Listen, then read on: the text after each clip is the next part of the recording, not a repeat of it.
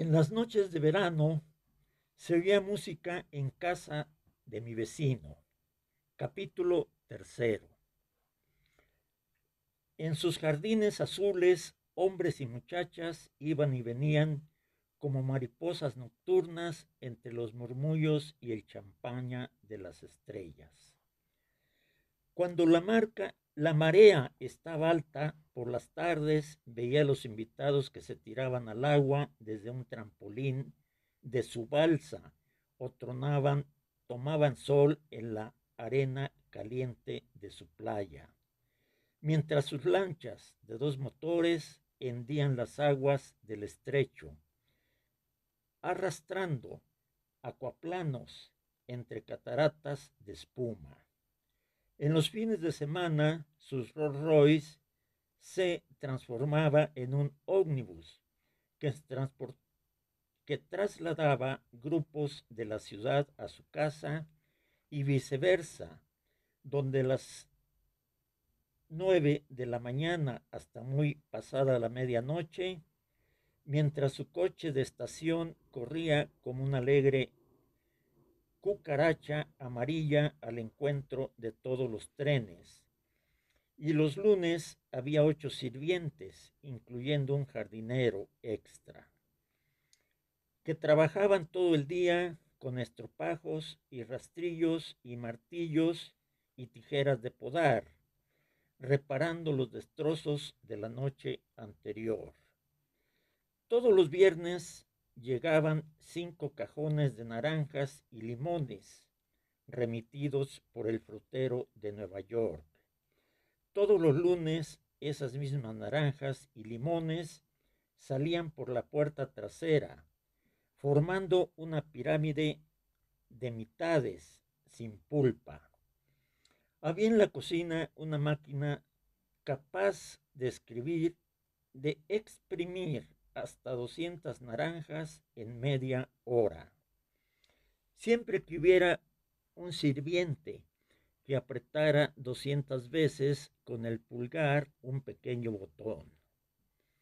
Una vez cada 15 días, por lo menos, llegaba un cuerpo de proveedores con varios cientos de metros de cañamazo y suficiente cantidad de focos de colores para hacer del frente el jardín de Gatsby, un árbol de Navidad.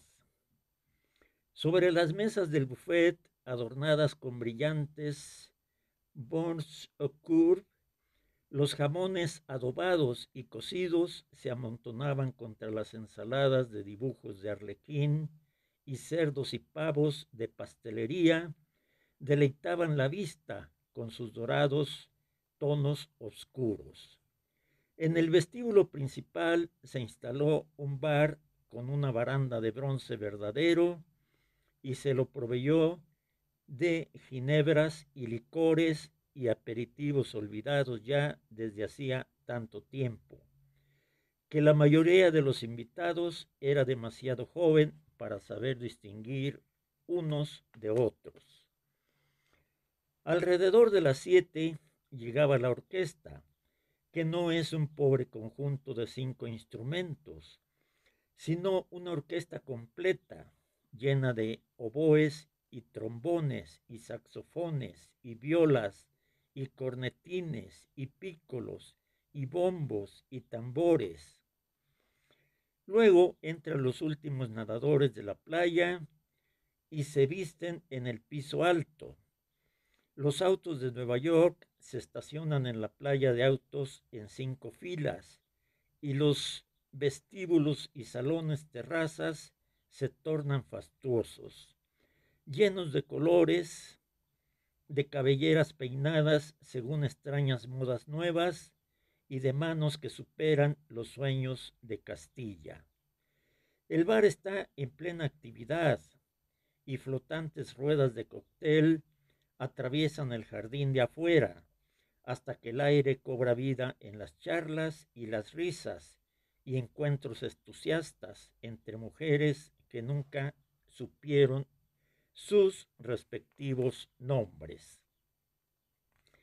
Las luces se tornan más brillantes a medida que la tierra elude al sol y la orquesta toca una música amarilla de cóctel, a la vez que el conjunto de voces canta en un tono más alto.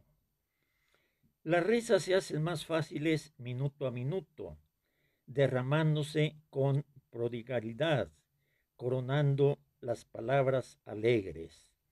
Los grupos se cambian más fácilmente, se aumentan los recién llegados, se disuelven y se forman un solo movimiento.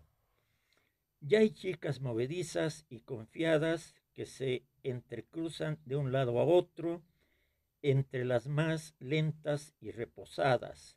Son, durante un breve y feliz momento, el centro del grupo y entonces, excitadas por el triunfo, siguen deslizándose por el cambiante mar de caras, voces y colores bajo la luz constantemente variada. De pronto, una de estas gitanas revestidas de un tembloroso color ópalo levanta una copa del aire, se la bebe para darse ánimo y moviendo las manos como Frisco danza sola sobre la plataforma de lona. Hay un silencio momentáneo. El director de la orquesta cambia el ritmo galantemente para el baile y hay un estallido de comentarios cuando circula la falsa noticia que es la reemplazante de Hilda Grey del Follies. La fiesta ha empezado. Creo que la primera noche que fui a la casa de Gatsby era uno de los pocos huéspedes que había sido realmente invitado. Los demás no estaban invitados, entraban simplemente, se metían en los autos que los llevaban a Long Island y de algún modo bajaban en la puerta de Gatsby. Una vez allí, alguien que conocía a Gatsby los presentaba y después de eso se conducían de acuerdo con las leyes de conducta que se observaban en un parque de diversiones. A veces iban y venían sin haber conocido a Gatsby. Concurrían a la fiesta con una simpleza de alma que era su propia tarjeta de entrada. A mí me habían invitado realmente.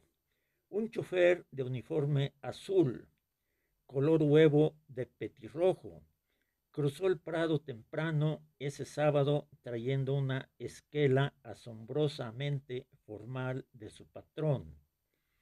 Sería un gran honor para Gatsby, decía, si yo asistiera a su fiestita de esa noche.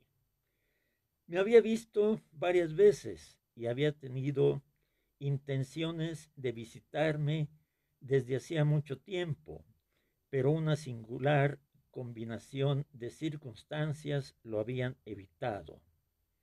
Firmaba Hey Gatsby con imperiosa mano.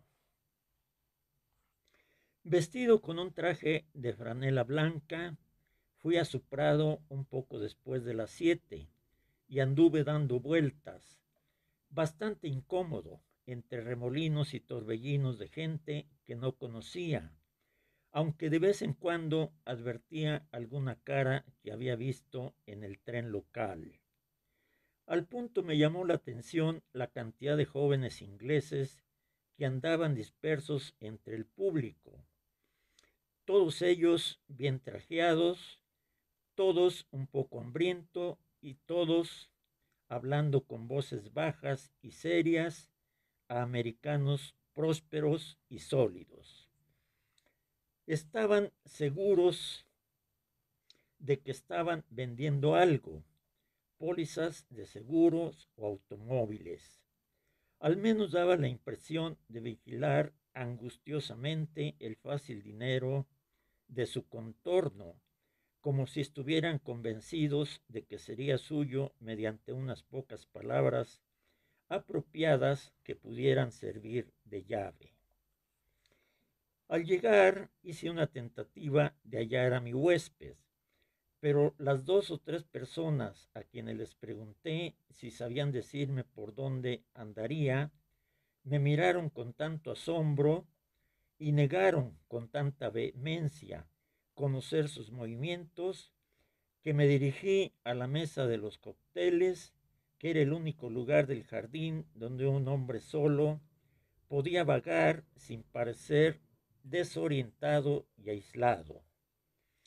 Iba yo camino de emborracharme y perder el control, de pura timidez, cuando salió de la casa Jordan Baker y se detuvo en lo alto de los escalones de mármol, un poquito echado hacia atrás y mirando con despectivo interés hacia el jardín. Fuese o no bienvenido, me pareció necesario reunirme con alguien antes de que me ponerme a dirigir cordiales observaciones a los que pasasen a mi lado. Hola, gruñí avanzando hacia ella. Mi voz pareció artificialmente alta en medio del jardín. Supuse que usted estaría aquí, me respondió con voz ausente. Cuando me hube acercado, recordé que vivía en la casa de al lado de... Me dio la mano impersonalmente, como una promesa de que me atendería un minuto más tarde, y prestó atención a 2 chicas vestidas con trajes amarillos iguales que se detuvieron al pie de la escalera. Hola, gritaron a la par. Lamentamos que no hayas ganado esta vez. Se referían al torneo de golf. Había perdido en los finales la semana anterior. Usted no sabe quiénes somos, dijo una de las chicas de amarillo, pero la conocimos aquí hace un mes. ¿Es que ustedes se han teñido el cabello después de eso?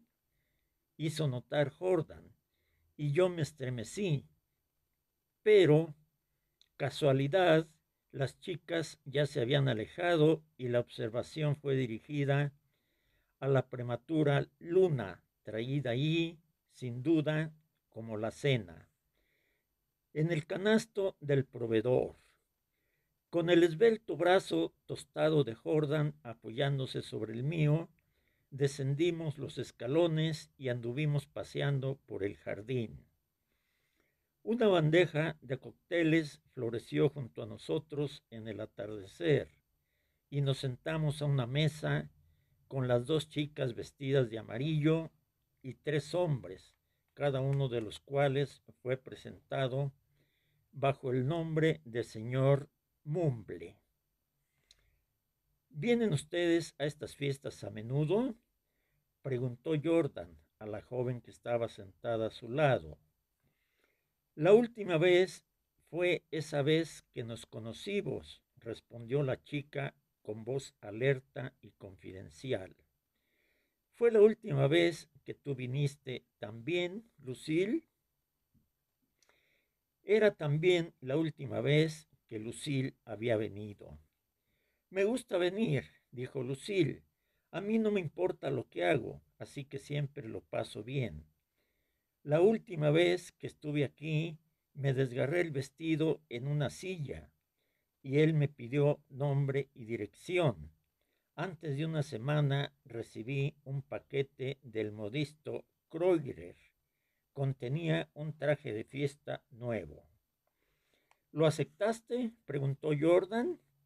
Claro, pues iba a ponérmelo esta noche, pero me quedaba grande de busto y había que arreglarlo.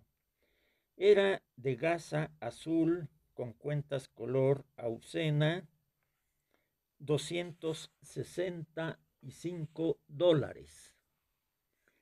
Hay algo de curioso en un tipo que hace una cosa así, dijo la otra chica seriamente.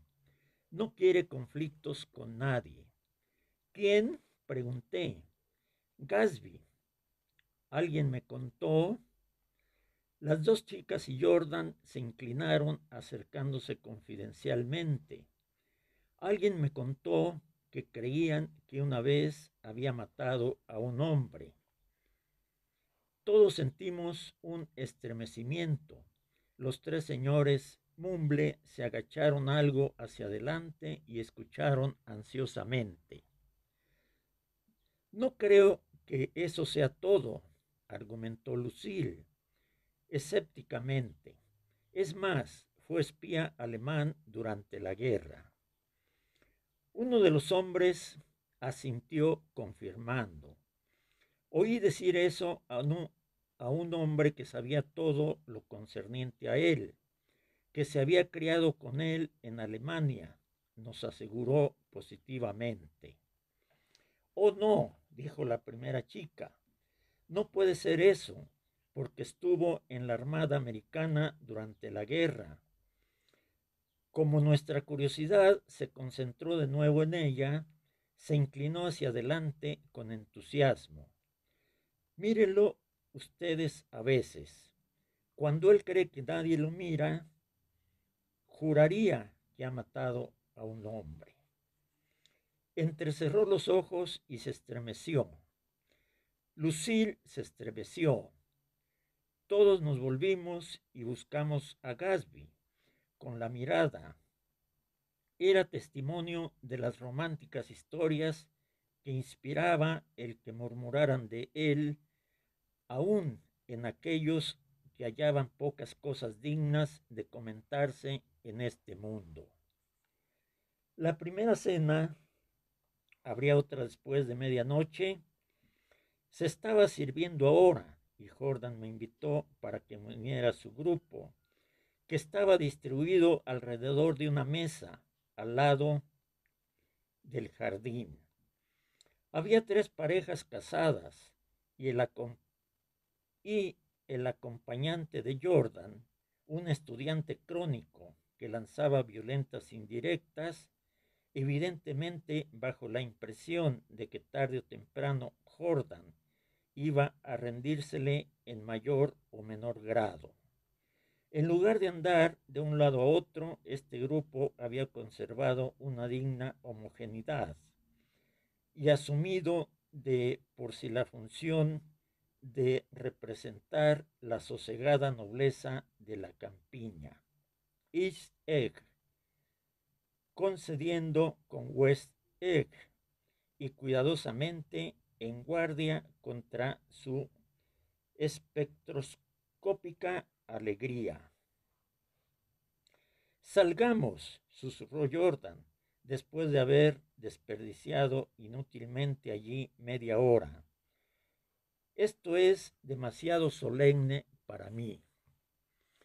Nos levantamos y explicó que íbamos en busca de nuestro huésped. Yo no lo conocía, dijo, y eso me hacía sentir incómodo. El estudiante asintió con un gesto cínico y melancólico. El bar, que fue donde observamos primero, se hallaba atestado de gente, pero Gatsby no estaba allí. Ella no pudo descubrirlo, aunque lo buscó desde lo alto de la escalera. Tampoco estaba en la terraza. Para ver si lo encontrábamos, nos introducimos por una puerta de aspecto solemne y entramos en una alta biblioteca de estilo gótico, con artesonado de roble inglés tallado que posiblemente había sido transportado entero desde alguna ruina de Allende los mares. Un hombre de mediana edad, robusto, con enormes lentes que cubrían unos ojos de búho, ligeramente bebido, estaba sentado al borde de una gran mesa, mirando con inquieta concentración los estantes de libros. Cuando entramos, giró nerviosamente sobre sus talones y examinó a Jordan de pies a cabeza. ¿Qué cree usted?, preguntó con ímpetu. ¿Respecto de qué? Agitó la mano hacia los estantes de libros. Respecto a eso, En realidad no tiene por qué molestarse en averiguarlo. Yo averigüé, son verdaderos. ¿Los libros? Asintió con una inclinación de cabeza. Totalmente verdaderos. Tienen páginas y todo. Creí que serían un hermoso y sólido decorado, pero el caso es que son absolutamente verdaderos. Páginas y... Miren, les mostraré. Dando por sobreentendido nuestro escepticismo, se precipitó hacia los armarios de los libros y regresó con el primer tomo de las conferencias de Stoddard. Vean, exclamó triunfante, es un auténtico ejemplar de un libro impreso. Me engañó. Este tipo es un verdadero Velasco. Esto es un triunfo. ¡Qué realismo! Sabía dónde tenía que detenerse también. No cortó las páginas, pero ¿qué quiere? ¿Qué puede esperarse? Me arrebató el libro y lo repuso rápidamente en el estante, murmurando que si quitaba los ladrillos de su sitio, la biblioteca entera amenazaba derrumbarse. ¿Quién los trajo a ustedes?, preguntó. ¿O vinieron solos simplemente? A mí me trajeron. A casi todos los han traído. Jordan lo miró, atenta y regocijada, mas no le respondió. A mí me trajo una mujer llamada Roosevelt. Continuó. La señora de Claude Roosevelt. ¿La conocen? La conocí anoche en algún sitio. Ando borracho desde hace una semana. Pensé que podría ponerme sobrio si me sentaba en una biblioteca. ¿Y le ha resultado? Un poquito, me parece. Aún no puedo decirlo. Solo hace una hora que estoy aquí. Le conté lo de los libros. Son verdaderos. Son. Ya nos dijo. Le estrechamos la mano con gravedad y volvimos a salir. Ahora se bailaba sobre el encerado del jardín. Había allí dos viejos que empujaban a las muchachas jóvenes, haciéndolas girar en un eterno círculo sin gracia.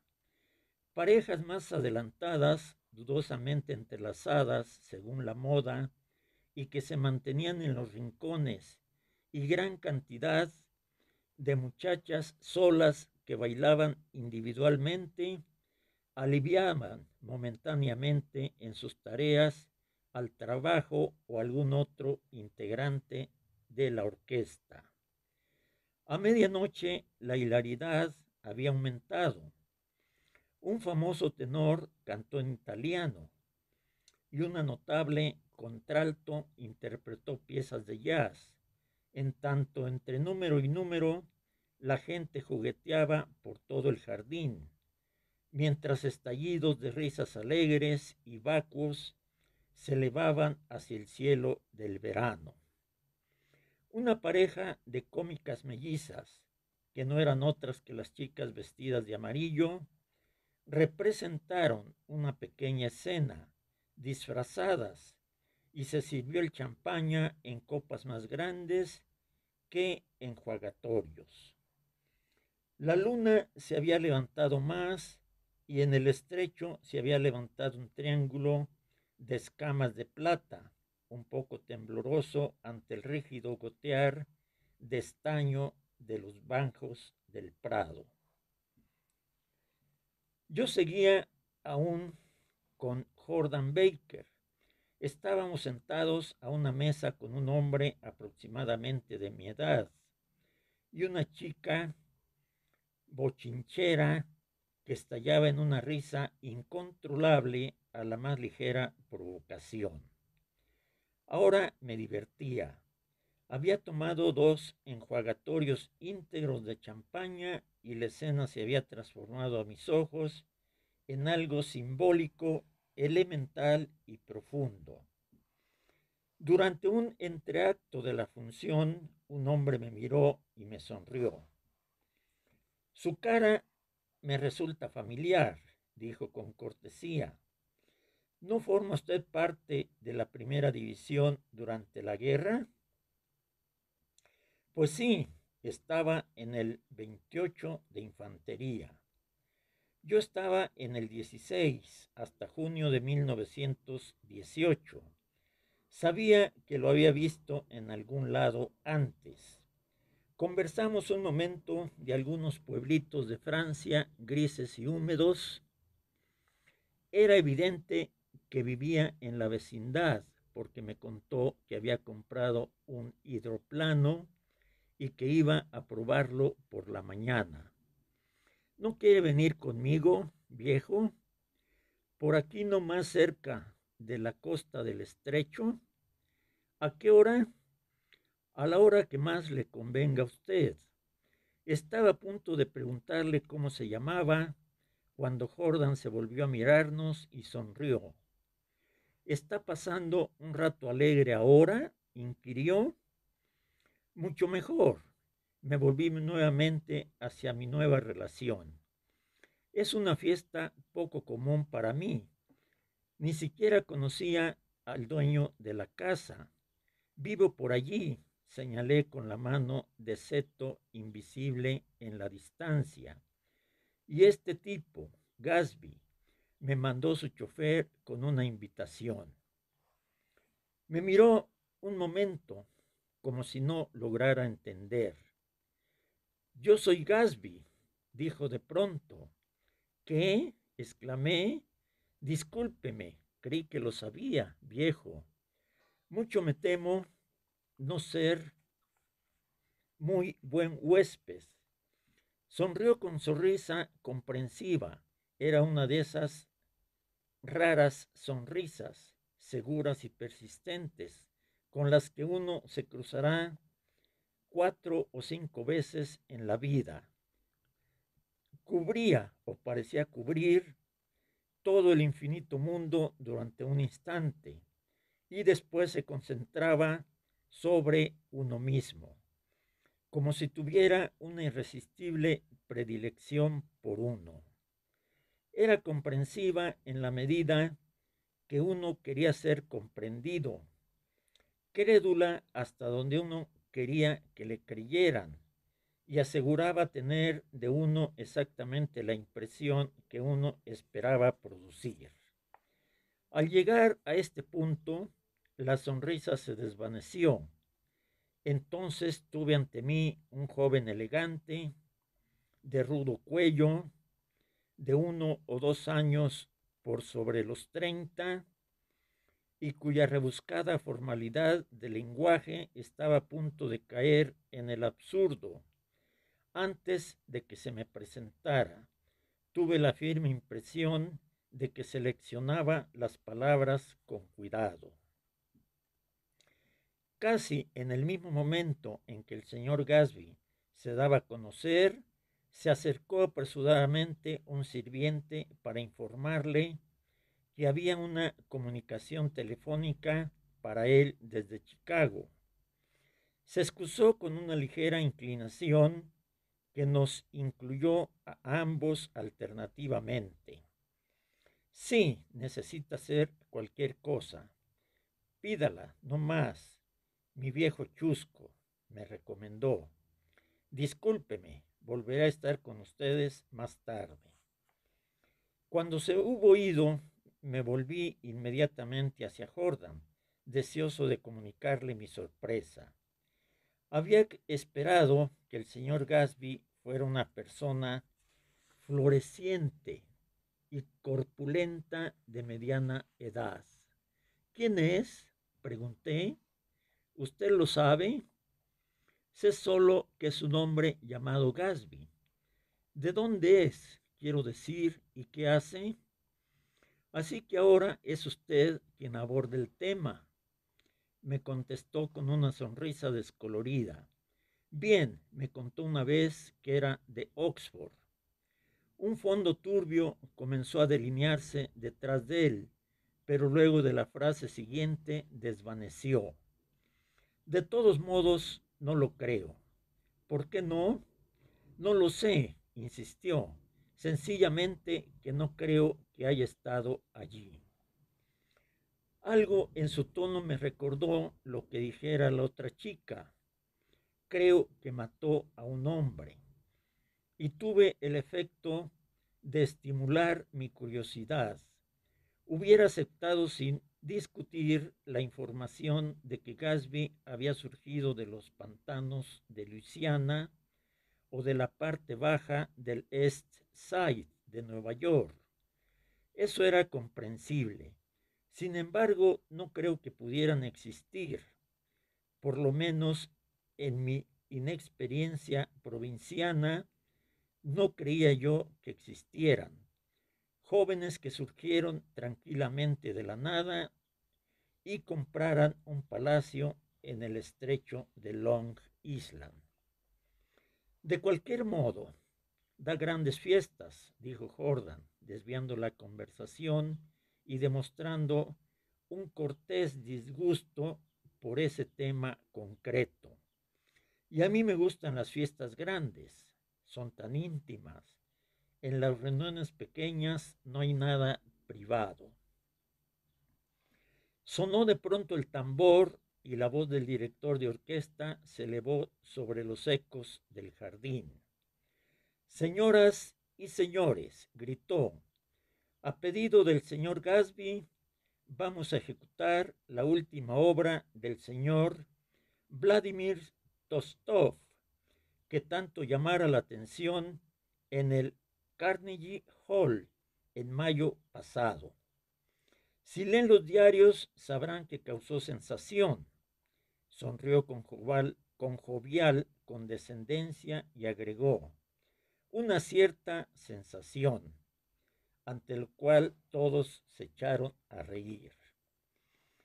El trozo se conoce bajo el nombre de, terminó gritando, la historia del mundo en jazz, de Vladimir Tostov. La calidad de la compensación del señor Tostov se me escapó porque no bien comenzó, mis ojos se fijaron en Gatsby, que estaba de pie, solo, en la escalera de mármol, mirando de un grupo a otro con aprobadora mirada.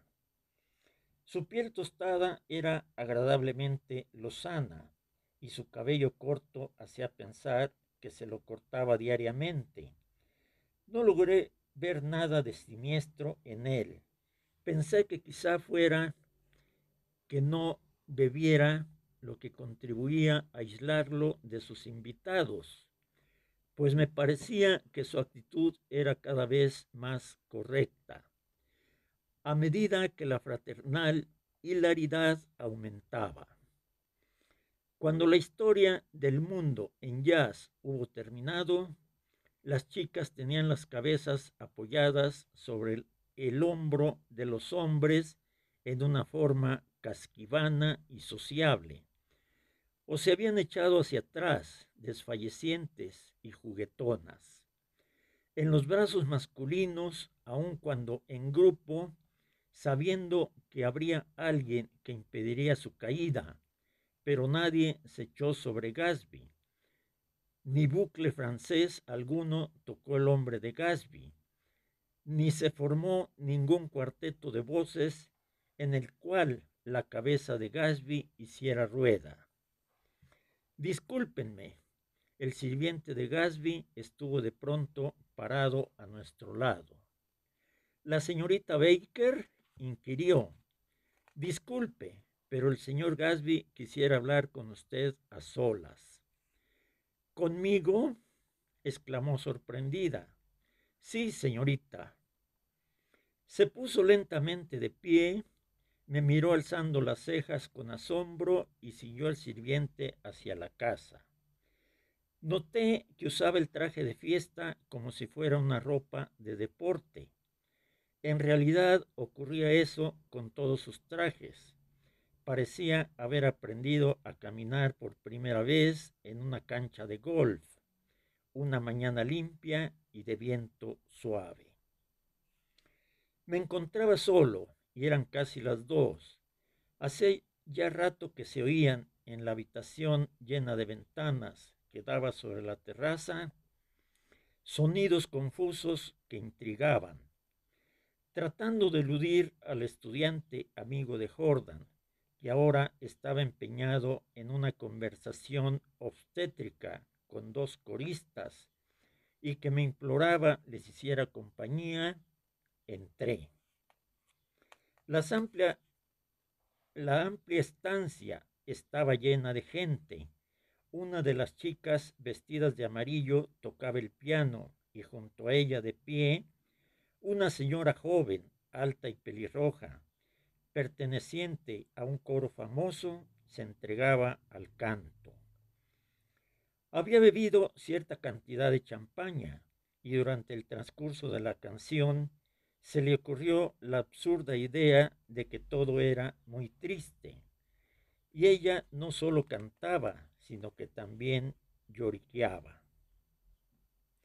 No bien se presentaba una pausa en el canto, lo llenaba de suspiros convulsivos, de sollozos quebrados, y luego retomaba la melodía con gorjeos de soprano.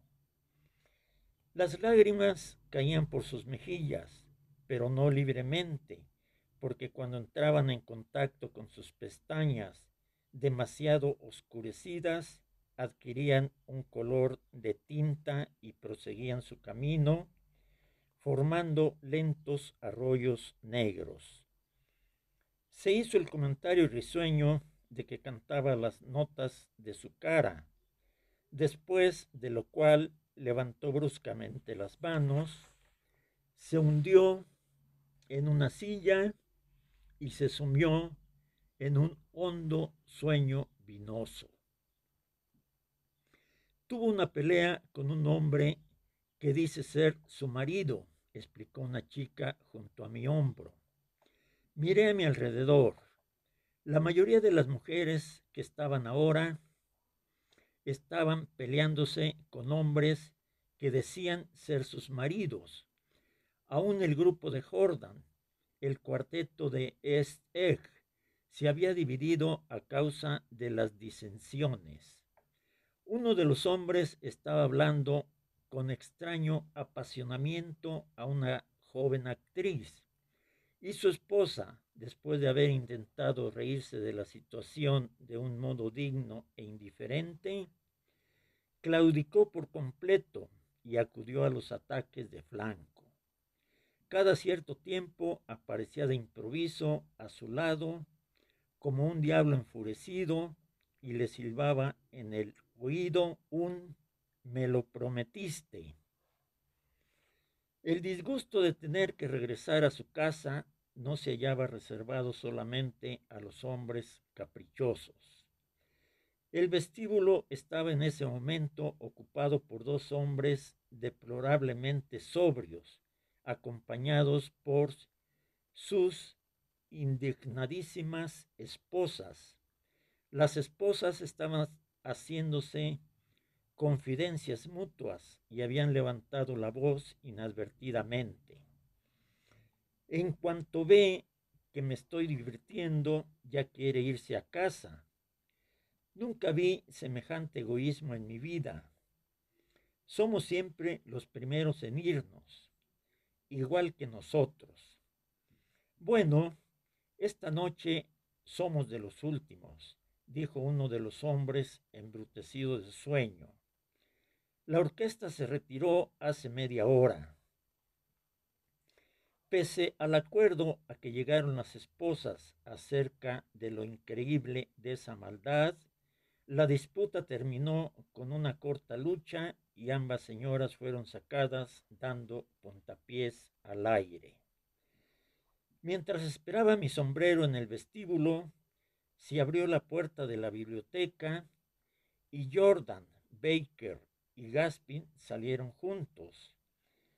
Le estaba diciendo alguna última palabra, pero la vehemencia de sus modales se transformó de golpe en formalidad cuando varias personas se le acercaron para despedirse. El grupo de Jordan la estaba llamando impaciente desde el pórtico, pero ella se detuvo un momento para darme la mano. Acabo de escuchar algo de lo más sorprendente, susurró. ¿Cuánto hemos estado allí dentro? Pues alrededor de 1 hora.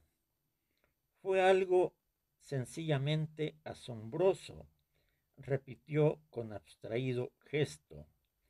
Pero juré no contarlo, y sin embargo, heme aquí tantalizándolo. Bostezó graciosamente en mi cara. Tendré mucho gusto en que vaya a verme en la guía de teléfono a nombre de la señora Sigourney Howard, mi tía. Se iba alejando apresuradamente mientras hablaba. Me hizo un gracioso saludo con su mano tostada cuando en la puerta se mezcló a su grupo. Me sentía algo avergonzado por haber quedado hasta tan tarde en mi primera visita, de modo que me uní a los últimos invitados de Gatsby que se hallaban arracinados a su alrededor. Quería explicarle que lo había buscado temprano esa noche y disculparme por no haberlo reconocido en el jardín. No tiene importancia, me contestó vehementemente. No piense más en eso, viejo. La familiar expresión estaba reafirmando por el gesto de su mano que me sacudí el hombro. Y no olvide que vamos a subir en mi hidroplano mañana por la mañana a las 9 en punto. Entonces terció el sirviente por detrás de su hombro. Lo hablan por teléfono. Señor, desde Filadelfia, señor. Muy bien, enseguida. Contésteles que voy enseguida. Buenas noches, buenas noches. Buenas noches, sonrió, y de pronto pareció que el hecho de que hubiéramos sido los últimos en retirarnos tenía algo de placentero, como si él hubiera deseado así toda la noche. Buenas noches, viejo, buenas noches. Sin embargo, cuando bajé la escalera, vi que la velada aún no había terminado del todo. A 20 metros de la puerta, una docena de lámparas iluminaba una escena tumultuosa y grotesca.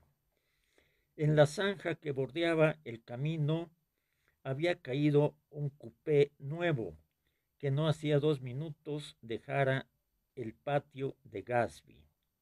No estaba volcado, pero una de las ruedas se había roto violentamente. La pronunciada saliente de una pared explicaba la rotura de la rueda, que ahora era el centro de atención de la media docena de choferes curiosos. Y como ellos habían dejado el camino obstruido con sus coches, se oía desde hacía rato el toque discordante y agrio de los que se hallaban en la cola de la fila, y su ruido se mezclaba a la confusión ya violenta de la escena. Un hombre con largo guardapolvo había bajado del auto accidentado y ahora estaba parado en medio del camino, mientras sus ojos iban del coche a la rueda de la rueda, y los observadores, con un gesto placentero y confuso. Vean, explicaba, me fui a la zanja. El hecho le parecía tan sorprendente que primero reconocí un poco común capacidad de asombro y solo después la persona.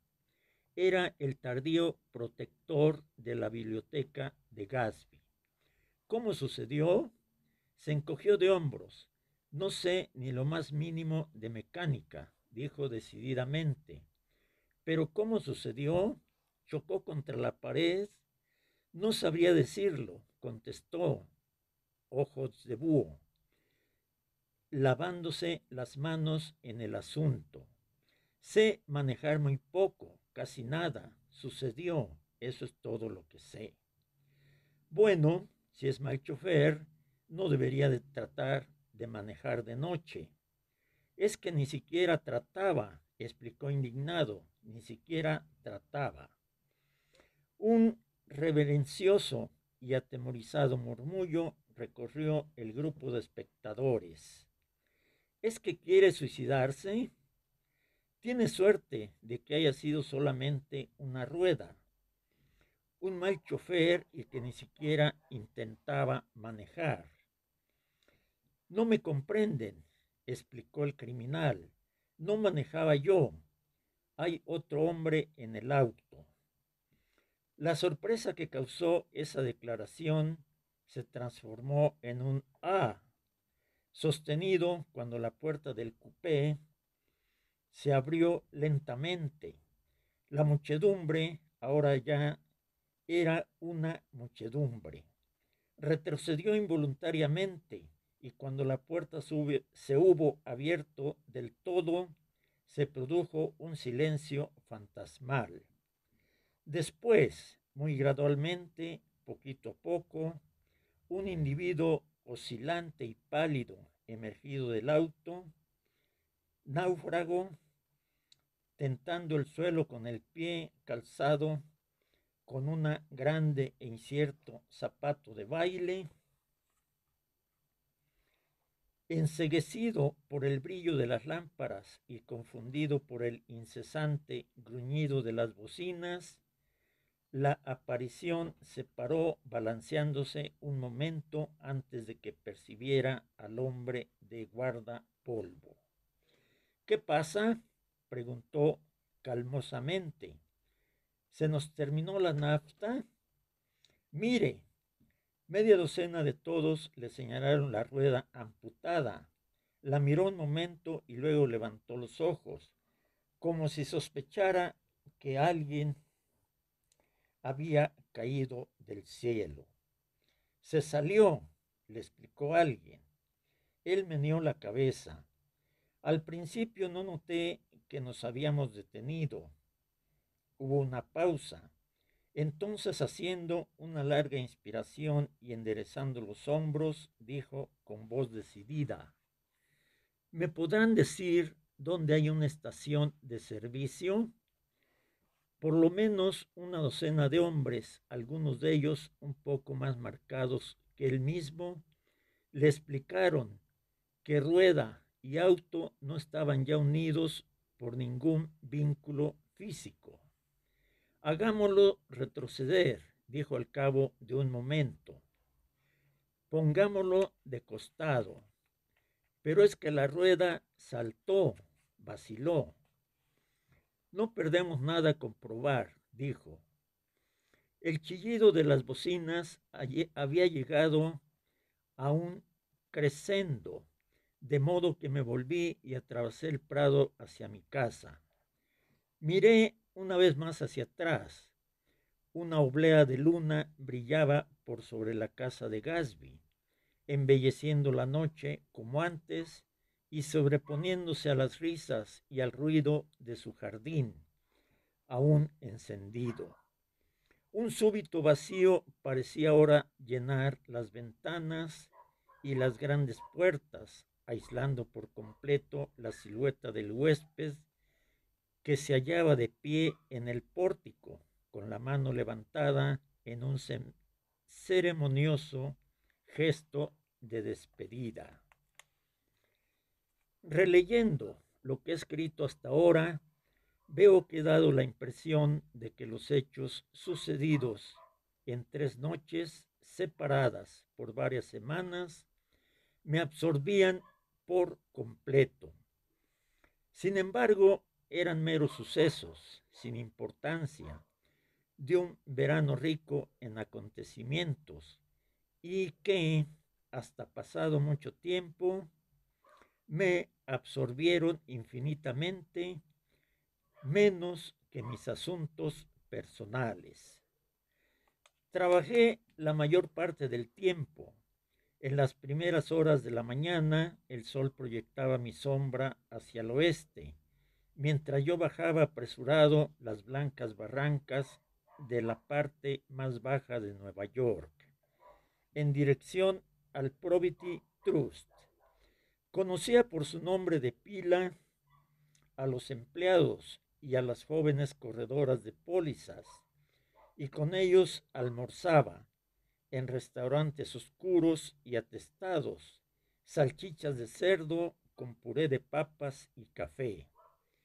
Hasta tuve un pequeño asunto con una chica que vivía en Jersey City y trabajaba en la sección de contabilidad, pero el hermano comenzó a echarme miradas intencionadas, así que cuando salió de vacaciones en julio, dejé que se apagara solo tranquilamente.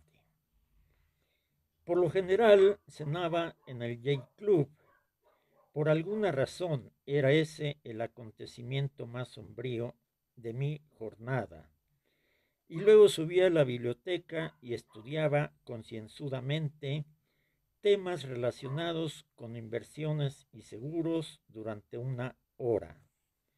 Generalmente había allí algunos alborotadores, pero nunca entraban en la biblioteca.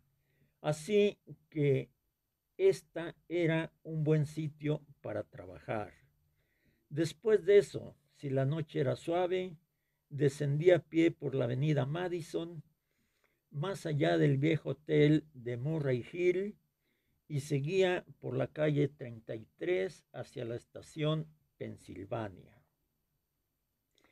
Nueva York empezó a gustarme por ese fuerte sentimiento de aventura que despierta en uno durante la noche y por la satisfacción que el constante ir y venir de hombres y mujeres ofrece a los ojos inquietos.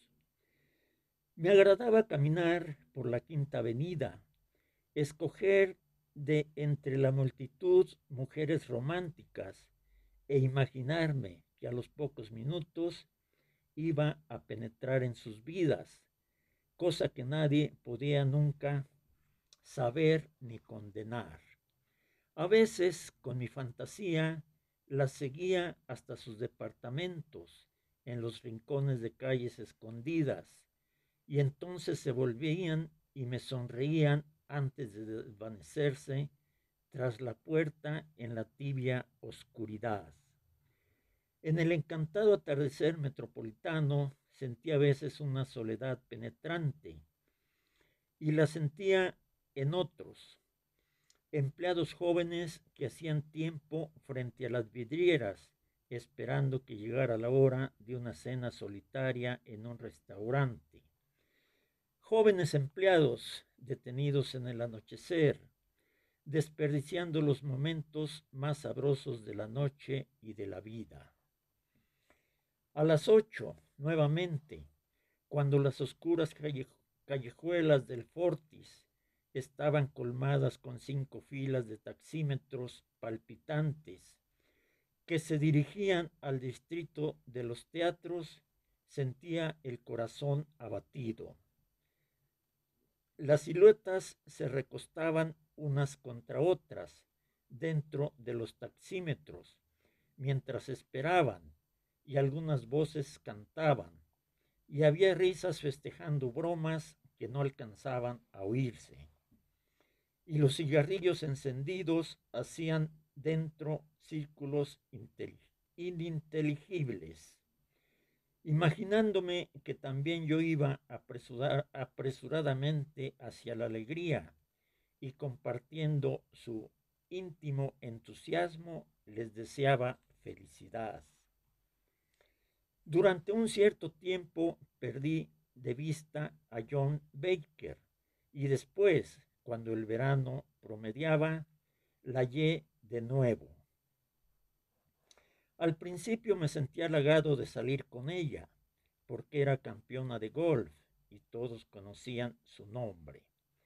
Después fue algo más. No estaba realmente enamorado, pero sentía una especie de tierna curiosidad. El rostro aburrido y altanero que mostraba al mundo encubría algo. La mayoría de las actitudes afectadas encubren algo, aun cuando no sea así al comienzo. Y un día descubrí qué era. Cuando estábamos en una fiesta familiar en Warwick, dejó en la lluvia, con la capota baja, su automóvil que le habían prestado y luego negó haberlo hecho. Fue así como, de pronto, recordé la historia que conocí acerca de ella y que no pude recordar la noche aquella en la casa de Daisy. En el primer torneo importante de golf en que intervino, se produjo un escándalo que casi llegó a los diarios. Se afirmaba que en la rueda semifinal movió su pelota de una mala posición en que había caído. El asunto estuvo casi proporciones de escándalo y luego se apagó. Un cadí se retractó de su primera declaración y el otro único testigo admitió que podía haberse equivocado. El incidente y el nombre habían permanecido juntos en mi mente. Jordan Baker evitaba instintivamente los hombres inteligentes y astutos, y ahora yo comprendía que era porque se sentía más a salvo en un plano donde toda divergencia con los códigos se consideraba imposible. Era incurablemente deshonesta. No podía resistir una situación de desventaja y dada esta disposición de su carácter, supongo que habría comenzado a manejar los subterfugios siendo muy joven para mantener su sonrisa fría e insolente frente al mundo y poder, además de satisfacer las exigencias de su prieto cuerpo garboso. Tal cosa no me importaba. La deshonestidad de una mujer es algo que nunca se culpa intensamente. Me apenó un tiempo y luego lo olvidé. Fue en la misma fiesta que sostuvimos una extraña conversación sobre el manejo de un auto. Comencé yo porque pasó tan cerca de unos trabajadores que el guardabarro hizo saltar el botón del saco de uno de los hombres. Es una pésima conductora, protesté, o debería de ser más cuidadosa o no debiera de manejar. Soy cuidadosa. No, no lo es. Bueno, otros lo son, dijo con ligereza. ¿Y eso qué tiene que ver? Que cuidarán de mantenerse lejos de mí. Camino, insistió. Se necesitan dos para que el accidente se produzca. Supóngase que se encuentre con alguien tan descuidado como usted. Espero no hallarlo nunca, contestó. Odio a la gente descuidada. Por eso es que me gusta usted. Sus ojos grises, estriados de sol, miraban fijamente hacia adelante, pero ella había variado deliberadamente nuestras relaciones y por un momento creí que la amaba. Pero soy de ideaciones lentas y lleno de normas íntimas que actúan de freno sobre mis deseos y sabía que primero debía salir de aquella confusión. Una vez por semana había estado escribiendo cartas que terminaban: cariños, Nick. Y lo único que podía pensar era que cuando cierta chica jugaba al tenis, se formaba sobre el labio superior un débil toque de transpiración Con todo existía un vago acuerdo que debía ser roto con todo tacto antes de poder considerarme libre. Todos creen poseer por lo menos una de las virtudes cardinales, y esta es la mía. Soy una de las pocas personas honestas que he conocido.